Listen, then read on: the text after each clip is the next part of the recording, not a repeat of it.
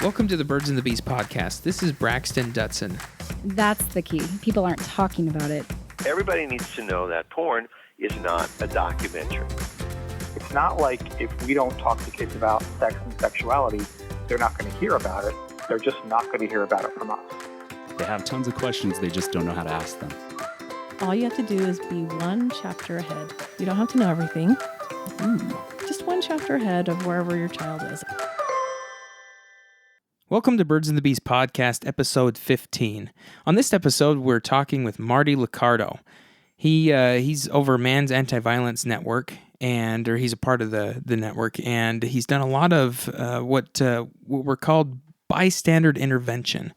Now, bystander intervention essentially is going to be a huge part of the topic that we have today, and how to teach this to your kids, as well as how you can react to it as an adult, whether within a couple, whether as a parent, or even just teaching this to your young men and young women. But the majority of what this episode was about, and what I really thought was great that Marty brought to the show, was that we're talking about things that tend to bring some uncomfortability to us in situations that tend to blindside us. You know, someone says something that's off color, or that's against your value system, or that you know is demeaning towards another individual and kind of dehumanizing another person. How can we teach our kids to stand up and say, hey, you know, that I don't agree with that. And Marty talks about how we can start to instill this in our kids, we can instill this in ourselves, and some of the repercussions that come up when we try and stand up, and other ways to go about it, ways that may not be directly intervening, but also checking in with someone else. This is a great episode. I love what Marty has to say. He's done a lot of work, especially with men and boys, trying to teach men to grow up to be nonviolent, helpful young men in the community, how to do that and instill this in our young men, which I think is a very important topic to cover to other people, and continue to respect others. Please head over to birdsandbeespodcast.com or facebook.com/birdsandbeespodcast and let us know what you think of the episode. We want to hear your feedback. Also, if you've got a chance and you're not driving in your car right now and listening to the podcast, leave a review for the podcast. That helps us get out to more parents, more couples, and spread this information. A couple minutes of your time really helps the podcast grow, and we appreciate that very much. You can always give us a call at 435-449-1818 and leave us a voicemail to let us know your thoughts. If you have an experience, or if you have a way that you're teaching your kids how to be anti-violent, as well as or how you're talking to your kids about bystander intervention, maybe things that have worked for you. We'd love to hear your feedback on that. So without further ado, this is episode 15, Birds and Bees podcast with Marty Liccardo. Thank you for tuning in.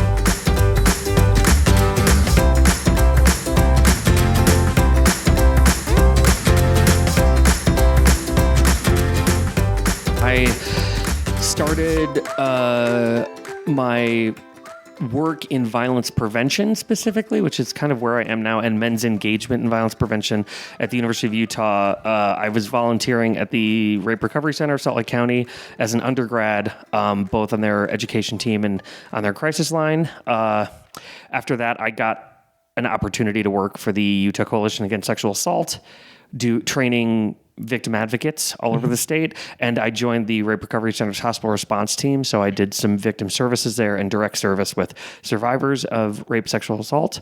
No way. When did you do that? What years were you there? 98 was when I started volunteering, and hospital response would have been, there was some gaps in there because I left Utah for a little while, would have been in early 2000s, 2003, 2004. Oh, nice. I think I was there from... I guess it would have been up here in 2011. So I was 11 to about 13, 14. Yeah, I was doing hospital response as well. Yeah, and that was good. I got high. I mean, I should even go back. When I was at the University of Utah, I was part of an organization we started called UMassive, Utah Men Against Sexual Violence, which has morphed into the Men's Anti-Violence Network of Utah, which is an organization I work with now. And we were doing men's engagement there, but it was pretty elementary. And, you know, at the time, too, a lot of the programming we were doing was on rape mythology and broader based concepts of toxic masculinity, like really overt examples of rape culture and masculinity. And I would say we've hopefully continued to evolve and are looking at both how masculinity has started to shift and that we are seeing broader, healthier views of men and masculinity, but also how those tried and true stereotypes still exist and still function to alienate, silence, and harm men and women and gender nonconforming or gender variant folks. So. Yeah, totally. And so from UMassive, did you then start into men or like, and explain a little bit about what men, what that stands for and when that started and everything. So MAN Utah is what we call it now, the Men's Anti-Violence Network of Utah. Man. Okay, yeah. man. Yeah. Okay. So we that got changed. Actually, I left the state and started working in some other places at I worked for the University of Maryland doing a Department of Education grant on men's engagement, and then at Duke University doing anti-violence education, prevention education. And when I was gone, the folks who were still involved changed the name and started shifting the organization and building it up in some different ways. So we call ourselves the Men's Anti-Violence Network of Utah. The goal of the organization and agency is to challenge violent masculinity or unhealthy masculinity and images and ideas of that, to foster healthy relationships and mentoring and role modeling opportunities for men and boys, but really all people. I mean, oftentimes people say, can women join your organization? And to me, I think like anybody can join an organization to stop focusing on men's violence. Whenever people ask me this question, I always say that 98% of rape and sexual assault is perpetrated by men. And then I will ask audiences or groups I'm talking to, did I just say that 98% of men rape? And they say, no. And I say, of course not. Most men don't. Most men are wonderful, amazing human beings.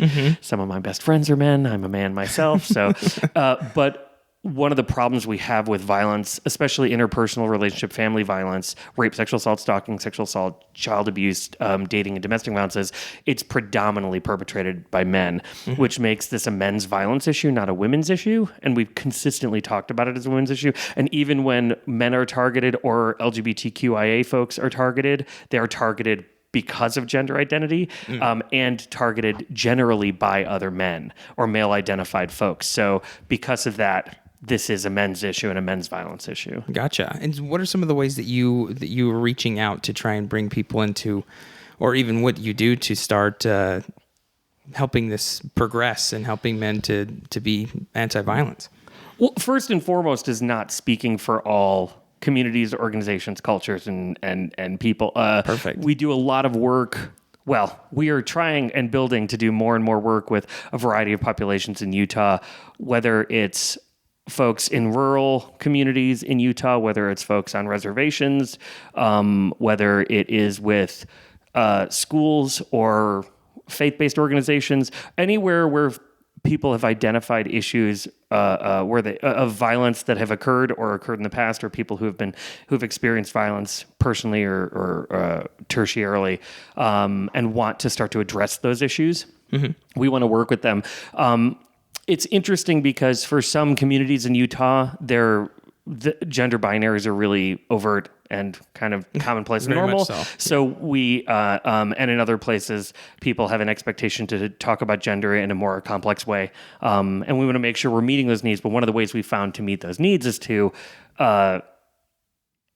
support in technical assistance and resources and education for those communities, but then they can tailor those educations to their communities and do that themselves. So you go in and train and then say, hey, the way that you do this is by the best way you know how as well. Like, these are the principles, take it into the values and the situations that you know you've got. Absolutely. And really hopefully working with communities to identify risk factors and protective factors to encourage healthy communication, masculinity, educate young men on vulnerability. There's lots of opportunities that I think people pass up. One of the things I tend to be focusing on a lot now is bystander intervention, because it's a really helpful entrance point for a lot of people who've never thought about violence or never thought about their role or participation in either supporting or perpetrating or committing violence. Yeah, let's talk a little bit about what bystander intervention is. That's essentially the place where if someone comes up and starts microaggressions, or if someone says something that's overtly or even covertly, sexist, or that is, perpetrating, that's someone being able to stand up and be like, "Are you okay?" Or "I don't believe that way," or saying things along those lines. How else would you describe bystander intervention?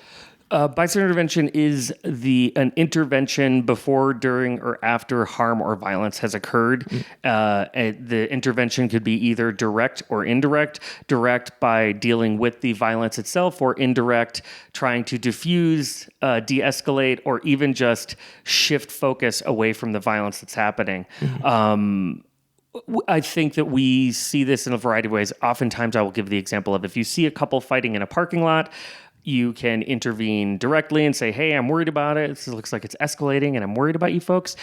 You could intervene by asking what time it is, or comment on how nice the shoes of one of the people are, which would distract people from the argument that they're having. So that's one small example. You used an example too of microaggressions. I think one of our goals too is to encourage people to intervene when they perceive or believe harm is happening.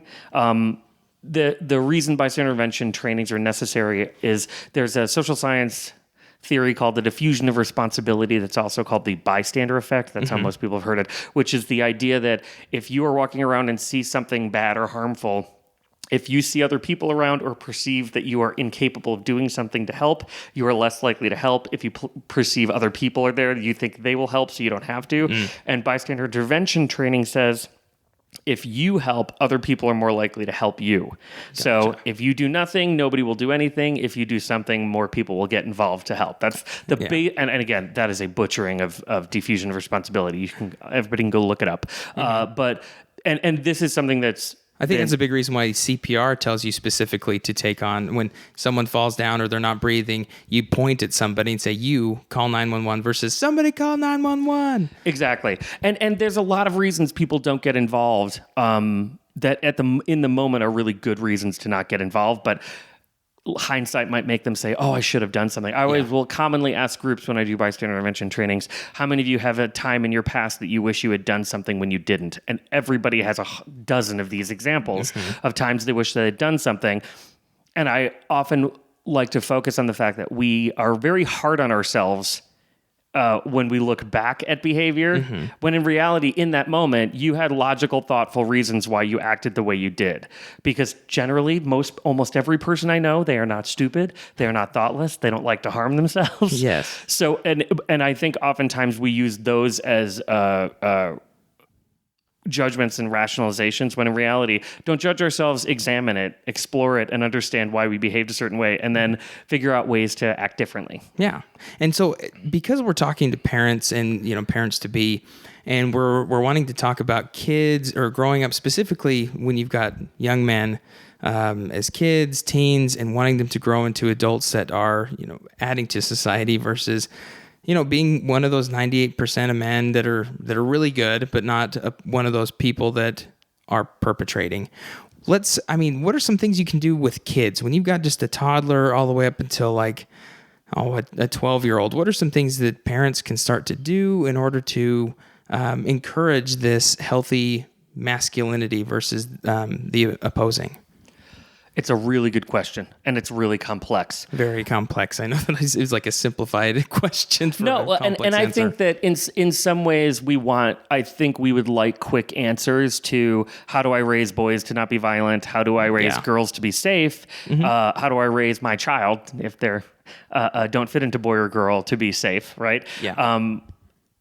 My reaction to that is to say, I had a guy come up to me at a training one time and say, "Are you telling me that I'm not a real man if I don't cry?" He actually started the critique by saying he has never been more offended in his life by a presentation, which was shocking based on the simplicity of what we were doing in this training on just basic hypermasculinity or violent masculinity deconstruction. And I said, actually, I'm not saying that you have to cry to be a man. There's lots of men who don't cry or don't express emotion in that way. There's lots of women who don't cry or don't express emotion in that way. I said, the difference is, what I'm trying to say to you is, if you cry, that doesn't make you less of a man. Mm-hmm. And the distinction is really important, that like you can express a variety of emotions no matter what your gender identity is, or sexual orientation or sexual identity. And we should honor that there's going to be different people in different places. I would say if you are a parent who has pretty strong, rigid gender norms, figuring out ways to allow stress to be reduced is really important. Mm-hmm. That we don't give, especially young boys, we do not give a lot of leeway or freedom to express themselves with a variety of emotions. It tends to be anger or and hostility instead of sadness or remorse. Mm-hmm. And I think that's a problem. I would say healthy people in general can express a array of emotions in a healthy way. And so, I don't know. I would say that teaching young boys, and I mean really everybody, teaching people vulnerability, that we are all vulnerable, and what does that feel like to feel vulnerable, and what are the things that come out of vulnerability, fear, embarrassment, loss of control. All of these things are can be very unsettling, and normalizing those is really important. Mm-hmm. So like maybe identifying an emotion when something comes up. So a child's crying, or they're not 100% sure, you're not quite sure what they're experiencing, but there's some distress, and you can start naming off emotion. Like, oh, that's really sad. You seem disappointed, versus stop crying, or, be happy, or telling them to switch. But being able to express and experience emotion as they're young children growing up, versus creating the dichotomy or the binary of what's okay for you to experience emotional wise and what is not. Absolutely. It's funny, you're reminding me of, I was doing a presentation for a large nonprofit in Salt Lake that works with after school programs for boys and girls, some at risk, some just in the community. Mm-hmm. And I was giving this presentation on how to have boys express a healthy level of emotion, and to allow that and nurture it and support it. And these two leaders who were working with young boys and girls in this organization said, okay, we have a problem. And I said, what's that? And they said, we have a young boy who gets really upset really easily. Like everything sets us. He's constantly crying and literally falling apart, like real emotional, broad-based expression of emotion for like anything little that happens. He doesn't feel like he's being treated fairly in a game, or, and they were saying it's a real problem for him and the group and everybody else. And so we had a long conversation about how it's actually not bad to address those issues and say that your expression of emotion, we need to help you build resiliency and strength, right? That this is not going to help this kid for the rest of his life if he grows up and has a real a reactive emotional outburst at every little slight or problem.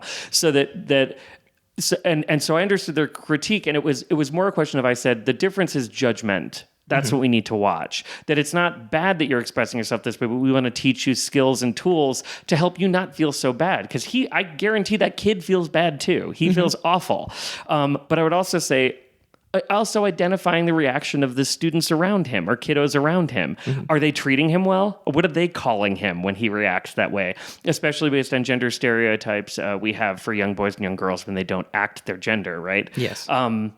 That I'm sure he's getting called lots of colorful, awful names, like a baby or sissy or a little girl. So I said, honestly, I bet you there's a lot of richness and discussion that could be had based on a variety of things that are going on in that experience, but also honoring what that kiddo needs, separating him and talking about like, what kind of things can we do to help you, moderate your reaction, because so you're not so upset, and also other people don't attack you for it. But at the same time, what's a healthy level of expression, and what does that look like? Yeah. And again, these are broader discussions to have, because I think different people would think different things. Very much so. And so being able to include coping skills or things like this is really frustrating for you as of right now.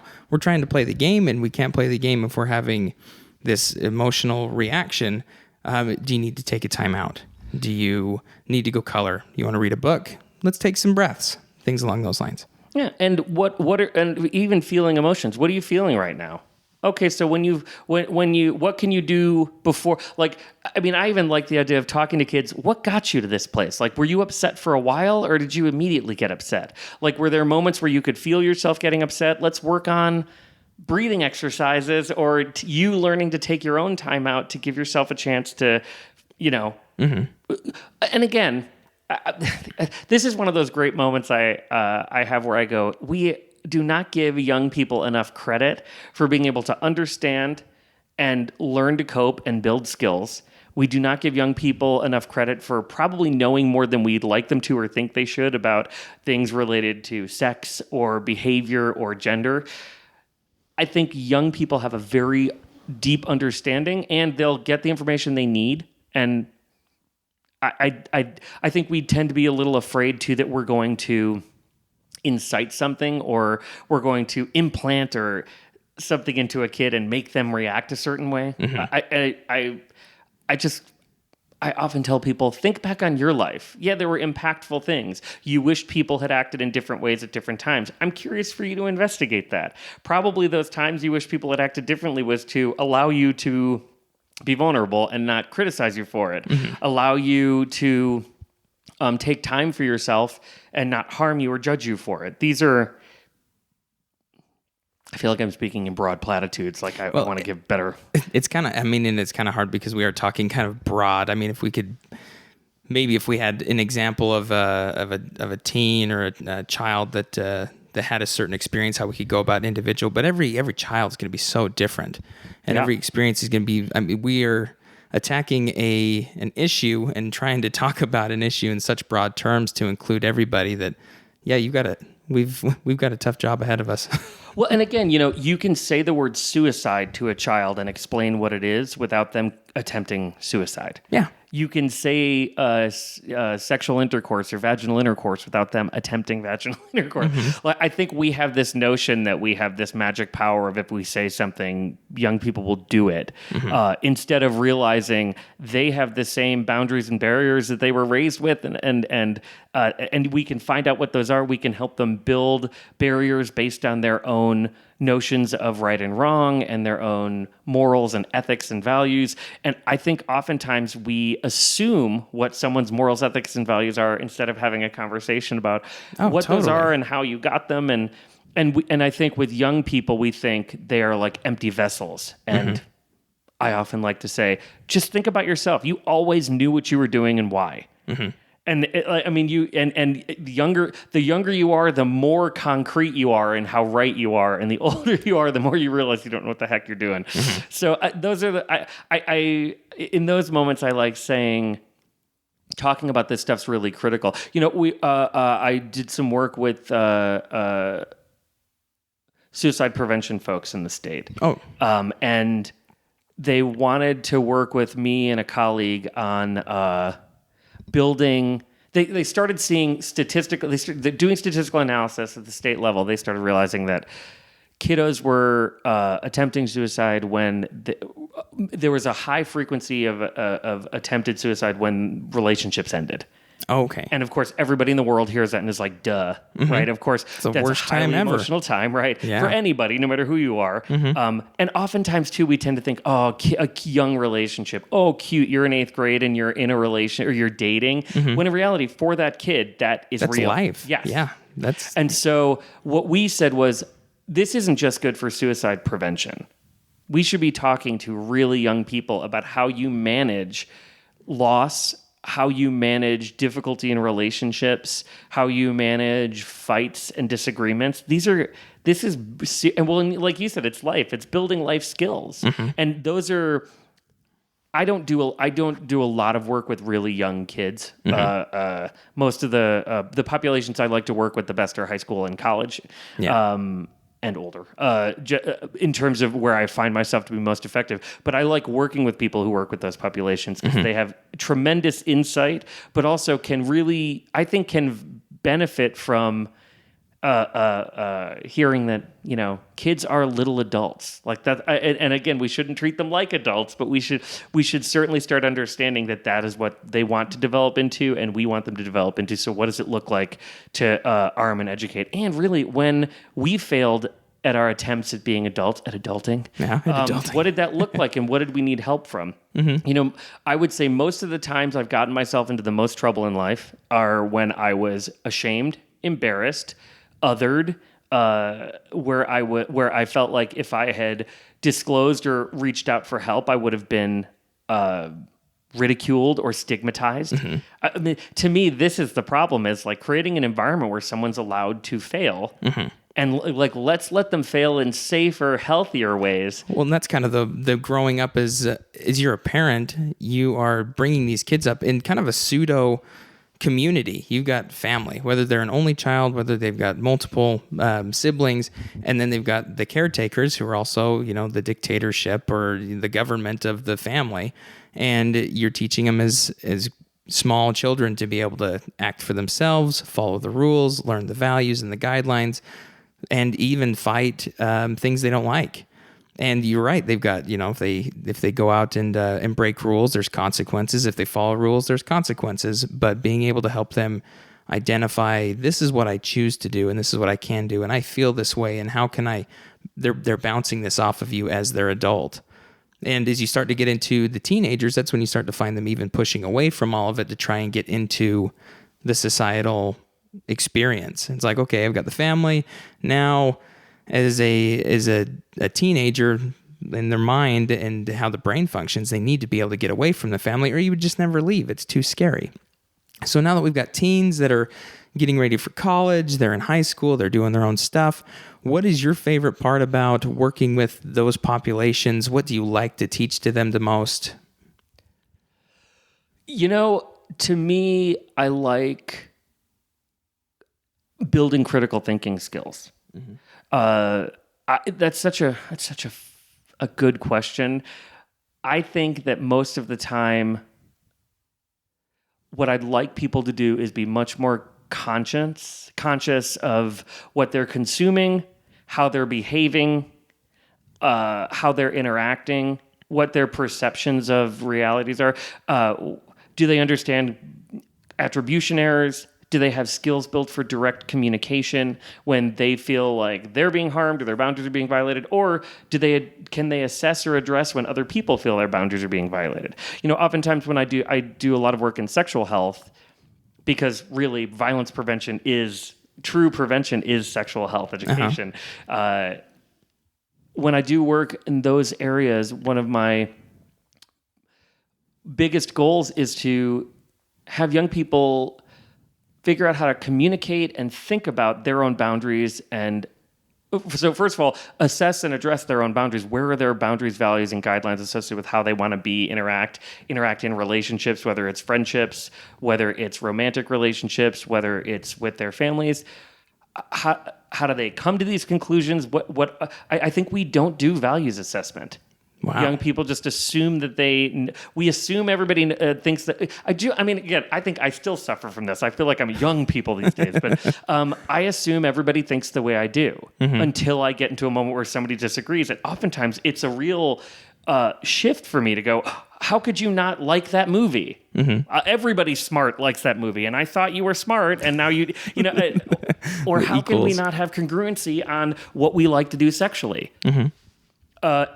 I like this, so everybody likes it. Instead of understanding that we function in a variety of different ways. So that's a broad way to say, like, I like challenging people to say, you know what you like, you know what you're comfortable with in a romantic relationship. How do you know what your partner likes and what they're comfortable with? Have you had that conversation?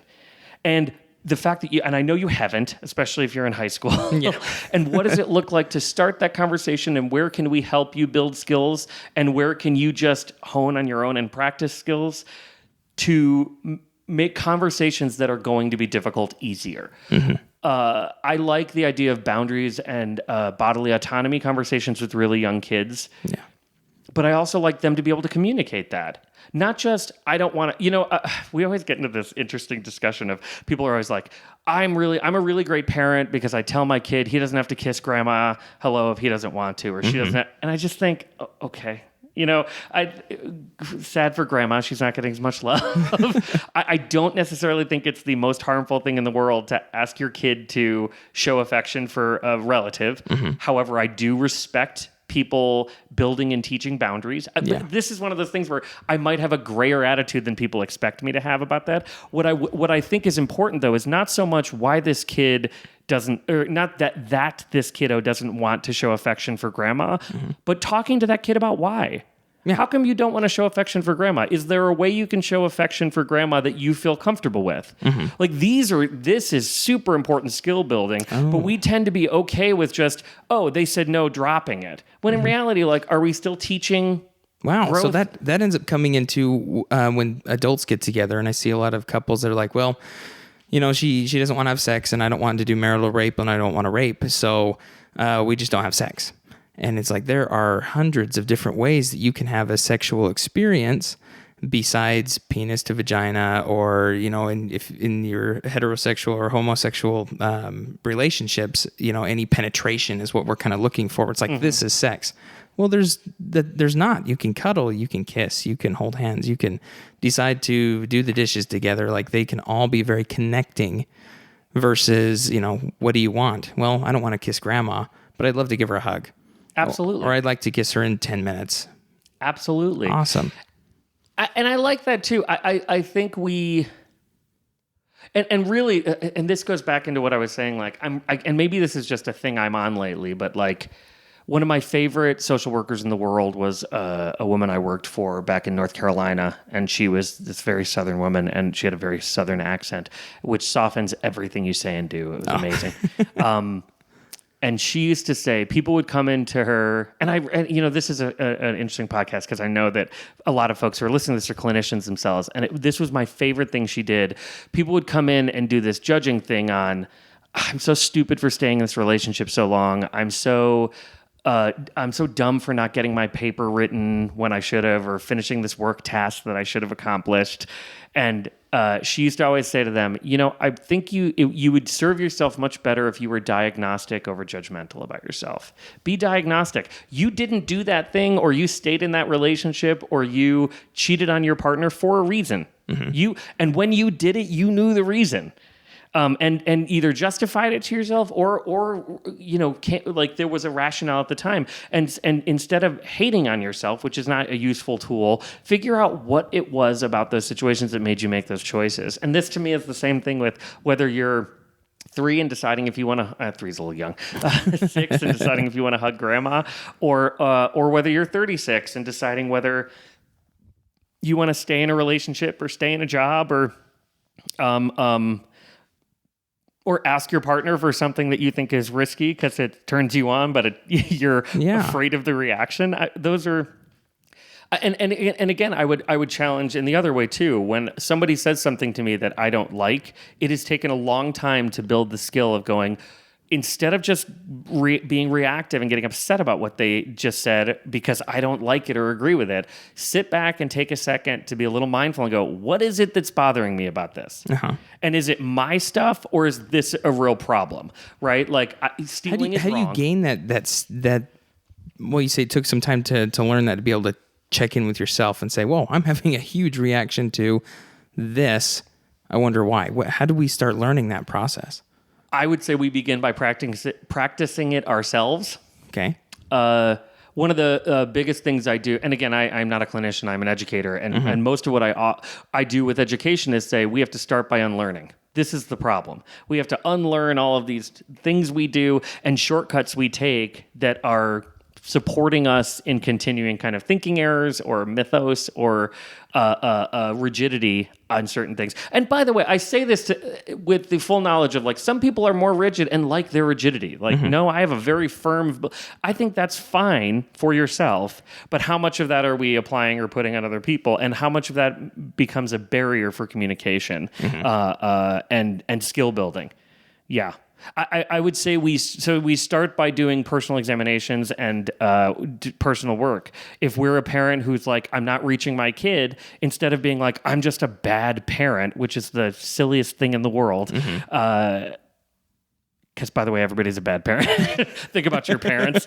And everybody's a great parent and an unbelievable parent, right? That's part of the issue, too, is that we tend to be goal-oriented instead of realizing this is a process that we get to go through as well. We got to be kids with our parents, and we get to be parents to our kids if we choose to have kids.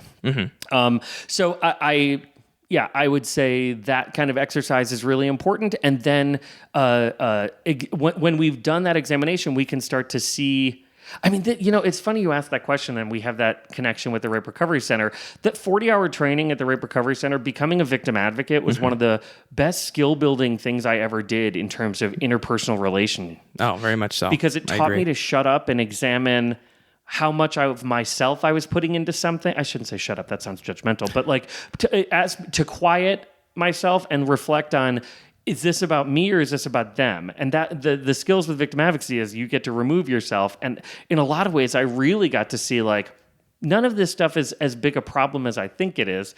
And how I respond and react actually can have a really positive or negative reaction with the person I'm working with. But you know what else I think, and we were talking about bystander intervention a few minutes ago, this is the beauty to bystander intervention, is one of the things I think it teaches us is we can mess up and still have an opportunity to go back and fix it. Yeah. That I can actually go back and say, you know what, I responded really poorly and I apologize for that. Or I responded in a way that might have seemed dismissive and I want to talk to you about that. I think what's interesting to me is when I talk about the importance of vulnerability for young kids and especially young boys, vulnerability for adults and parents is really important too. To demonstrate that? Absolutely. To show that you are wrong and you can apologize and move forward, and that it doesn't diminish your responsibility as a parent and your leadership in a household or in a family. But at the same time, you also can show everybody can mess up and recover from that. This is not abnormal to have these moments, but also I can now respond in a way that's good. And it's funny because I'm not a parent, so I think that also a lot of parents would roll their eyes at my advice in some ways, which is totally fine because they have some on-the-line experience I don't have. But I also think from an outside perspective, I think just like I give really good relationship advice to other people and am barely able to hold relationships together myself, right? That we give great advice because we're not emotionally invested and involved. And you're just like parent, looking in. And just like, and I would imagine for parents how much even scarier, like I am totally responsible for the health and welfare and future of this little person. So what does that mean for me? And really getting some perspective and feedback on that, I think, is a really good idea. We talk. Sorry. I was going to say the vulnerability piece. Tell me if I'm on the right track with this, but showing and demonstrating vulnerability teaches vulnerability, and having the vulnerability adds to the bystander intervention. So if you've got some of the things that I see the most are teens, and teens going into college that are they won't step up to the plate when there's like a homophobic comment made, or if someone's making fun of someone because they identify as asexual or non-sexual, or that they're doing something that would be not construed as heteronormative. And so people just kind of go, ha, ha, ha, and it allows for the process to continue. Does the vulnerability help address that for someone to stand up and say, that's not cool, I don't appreciate that? Absolutely. And the amount of risk inherent in that is pretty significant. Oh, yeah. Get a little political and say, we have a new term for this thanks to our current president who is running for president, when he said that his behavior, which clearly met the definition of sexually aggressive, if not sexual violence, when he referred to it as locker room talk, because locker room talk is a very real thing. This is, and it's not a little thing. It is a tool used to reinforce violent, aggressive, inappropriate, sexist, homophobic, often racist behavior. It is a community and space that is highly unsafe in a variety of ways for a variety of people. And we have cultural values and rules put in place in those spaces to control behavior and silence dissent. And all of that needs to be challenged. We need to challenge the notion that this is a small thing. This is a very big thing. In those moments, what does a kid get called who stands up and says, I don't think we should be talking about Sally or Jimmy that way? He gets called a faggot or a pussy or a bitch or a girl.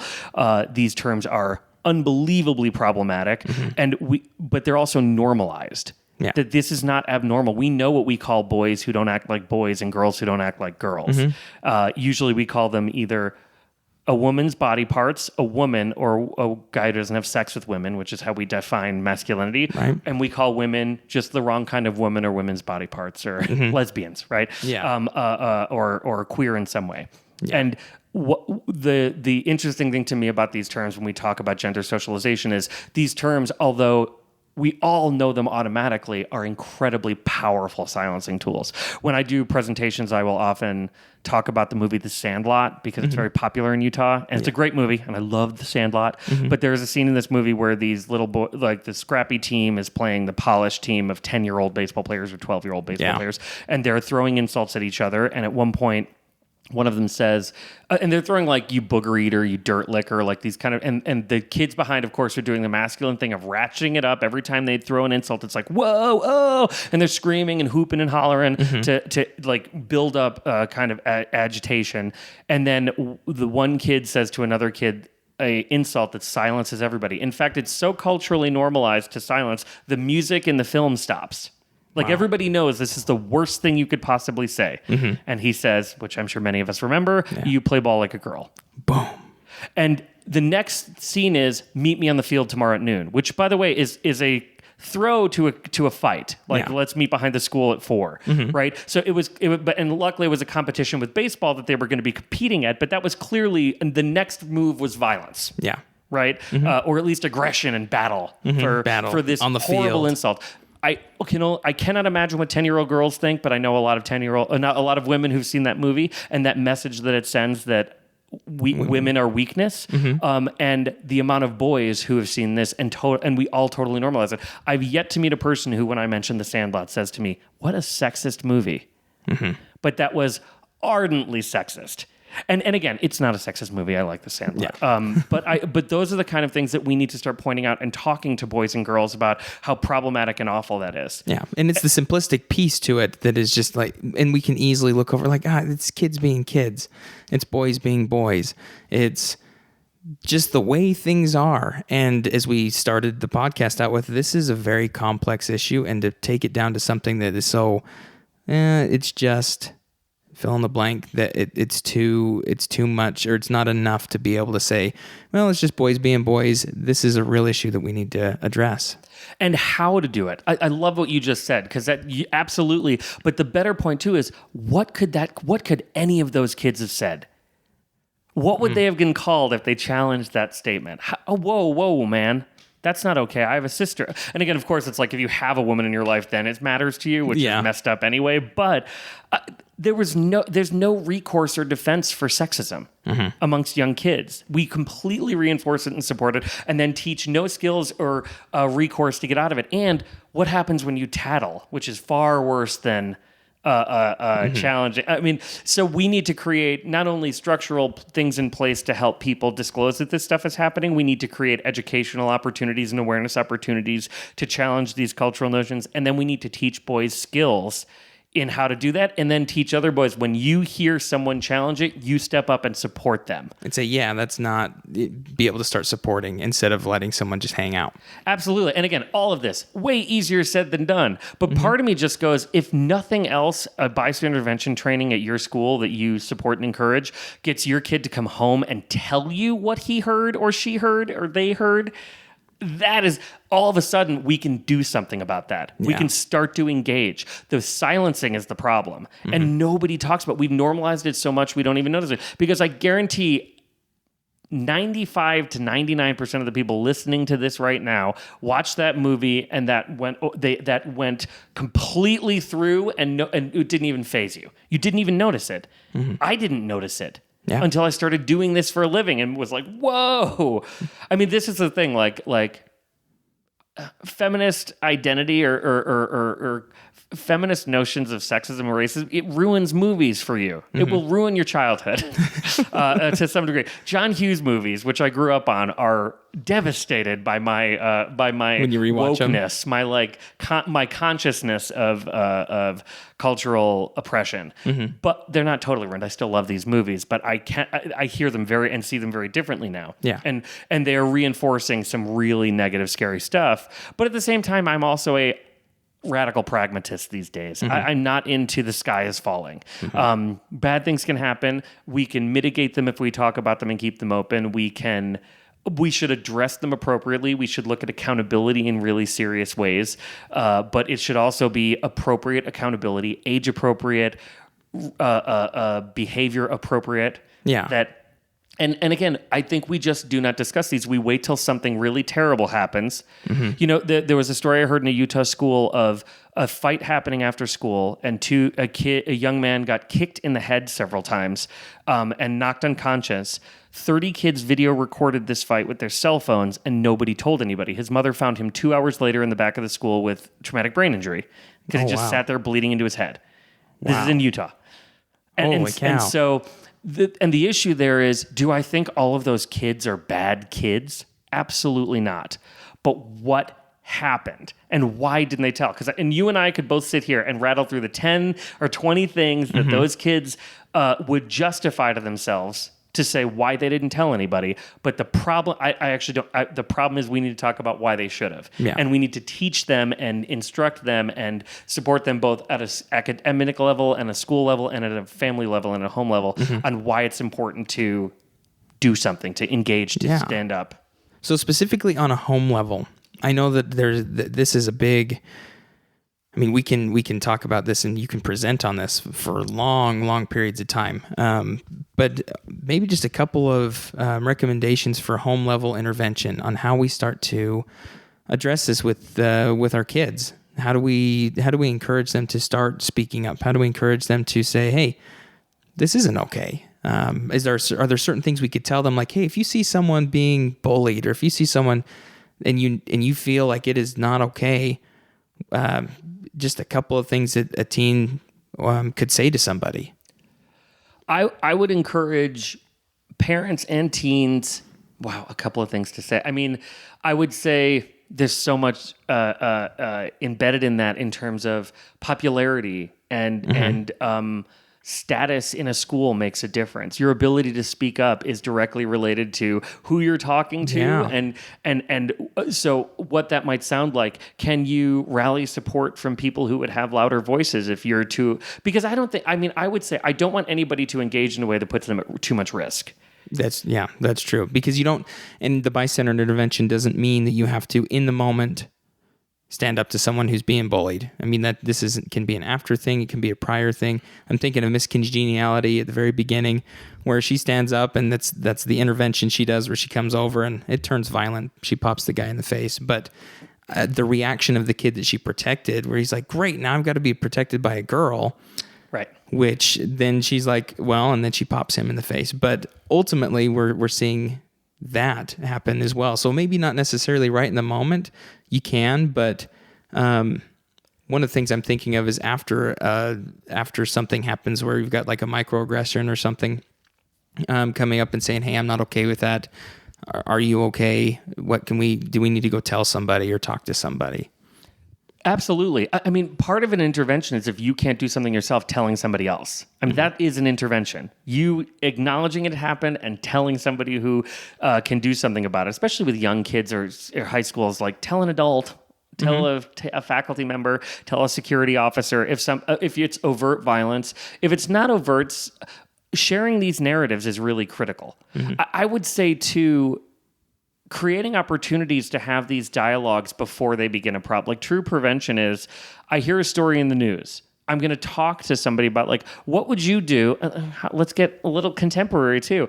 I think it'd be fascinating for people to say, what would you do if your kids on your football team decided to kneel for the national anthem? And again, there's a whole bunch of stuff associated with that. No matter how you feel about it, no matter where you lie on this political spectrum, that is a conversation that would produce a lot of good insight on what would you do if that kid was being harassed and bullied for kneeling, or what would you do if a kid was being bullied for saying that he felt it was wrong to kneel? Like, how would you respond? What would you do? Could you help them in that situation? And really focusing on nonviolence.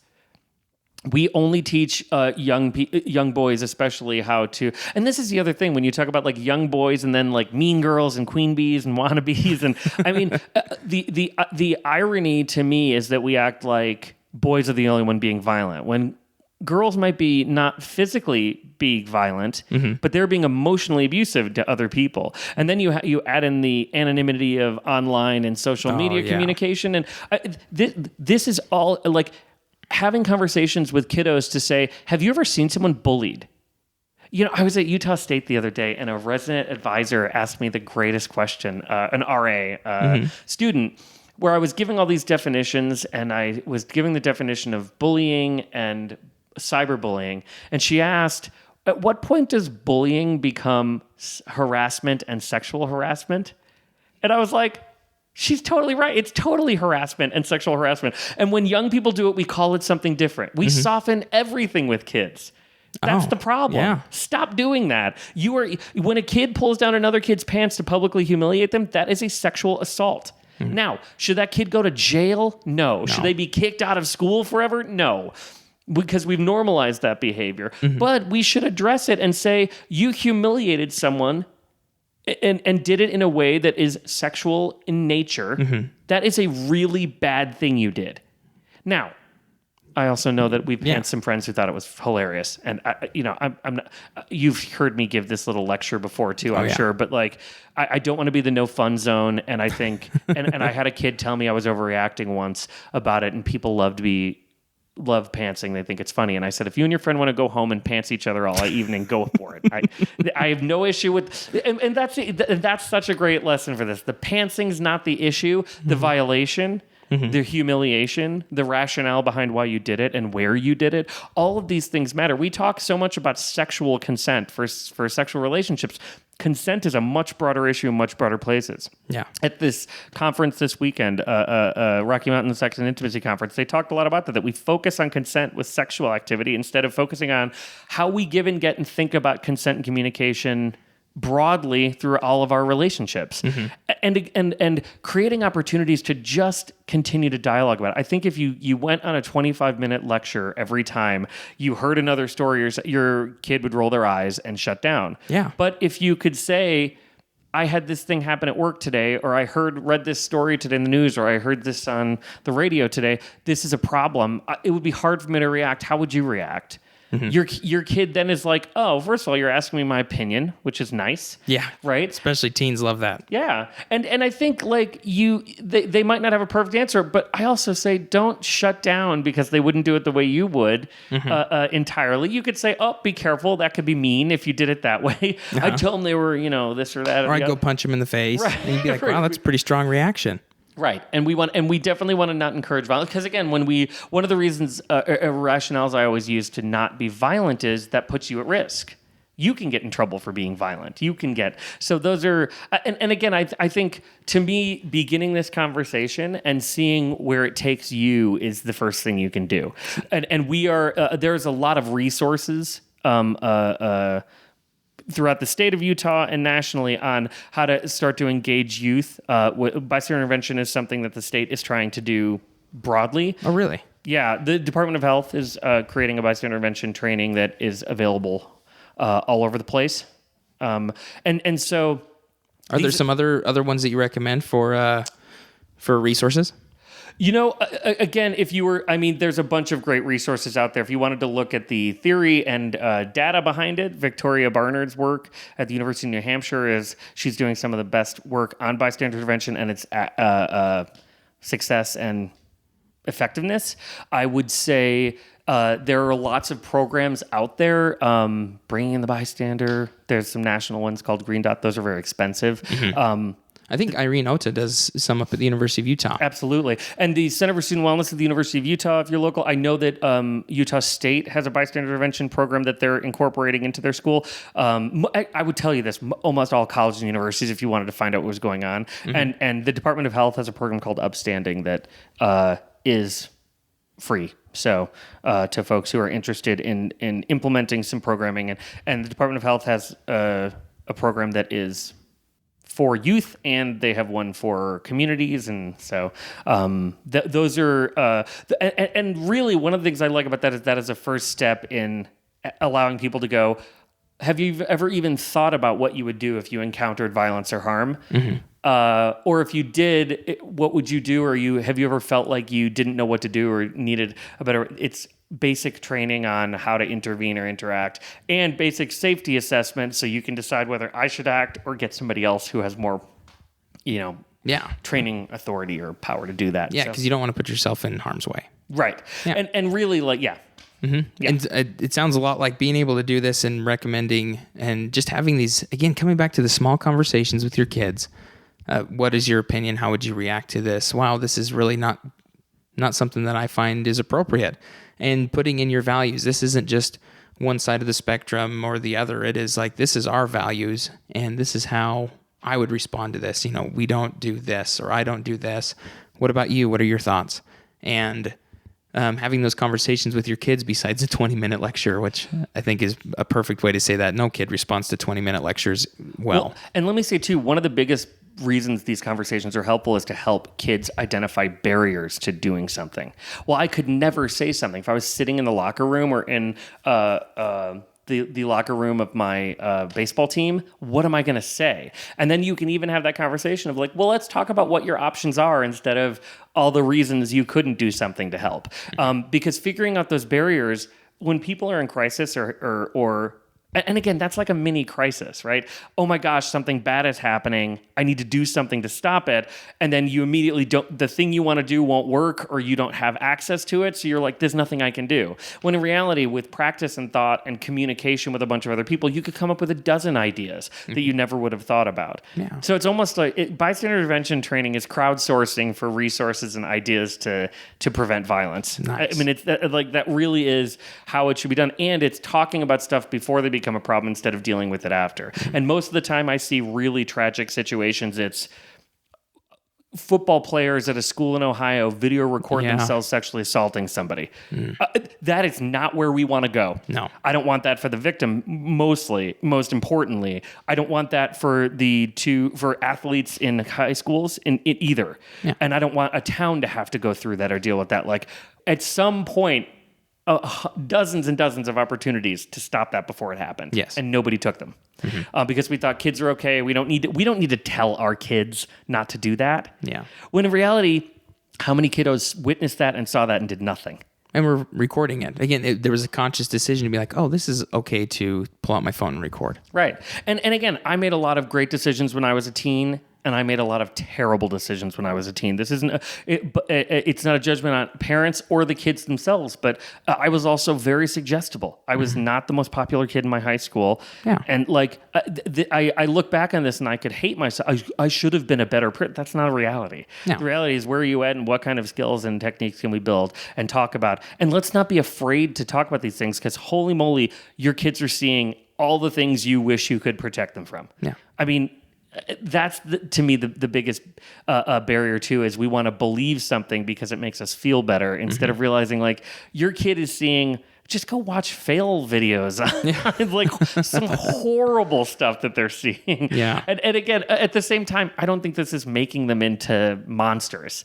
Yeah. I think mostly people are pretty good, but we also need to start to challenge them to be a little bit better. Yeah. Prevention. Yeah, and ourselves. And I think you'll learn stuff about yourself too. Your kid might have a better response to a situation than you do, which I think is something we could all learn from as well. Totally. So being open to that.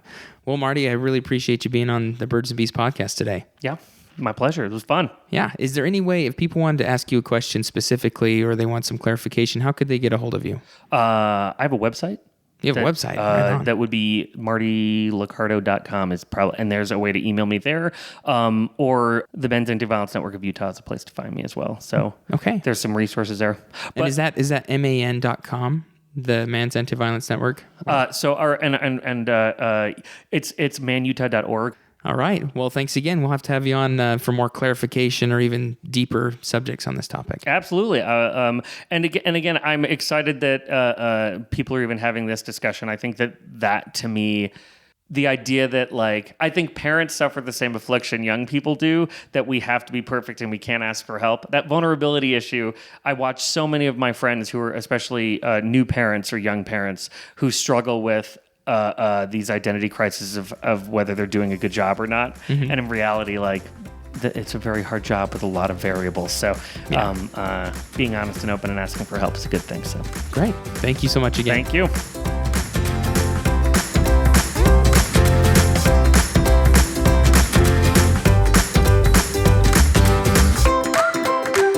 This has been another episode of the Birds and Bees podcast. Thank you for tuning in. If you have any questions about the show, comments, or questions you would like addressed in another episode, please give us a call at 385-449-1818. Leave your voicemail and your question, or you can also email us at birdsandbeespodcast@gmail.com or visit us online at birdsandbeespodcast.com.